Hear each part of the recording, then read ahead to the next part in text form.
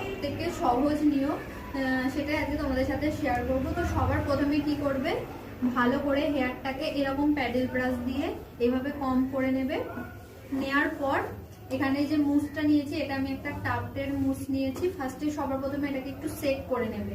নেওয়ার পর এই প্যাডেল ব্রাশের মধ্যে নেব, জাস্ট এইটুকু নিলেই হবে।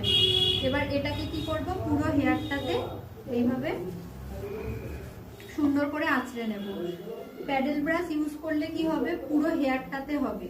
এটা তোমরা হাতে করে ইউজ করতে পারো। এইভাবে পুরো হেয়ারটাতে দেখো ভালো করে আঁচড়ে নেব।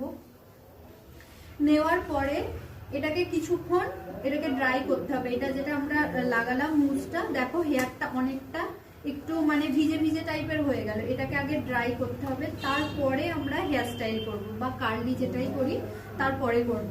এটা ইউজ করলে কি হবে, মানে চুলে যদি আমরা কোনো হেয়ার স্টাইলিং করি, ধরো কার্লি করছি, এই মুস ইউজ করলে সেটা আরো ভালো স্টে করবে, মানে কার্লিটা অনেকক্ষণ স্টে করবে। তো এটাকে কিছুক্ষণের জন্য আমরা ড্রাই করব হেয়ারটাকে, তারপরে আমরা স্টাইল করব।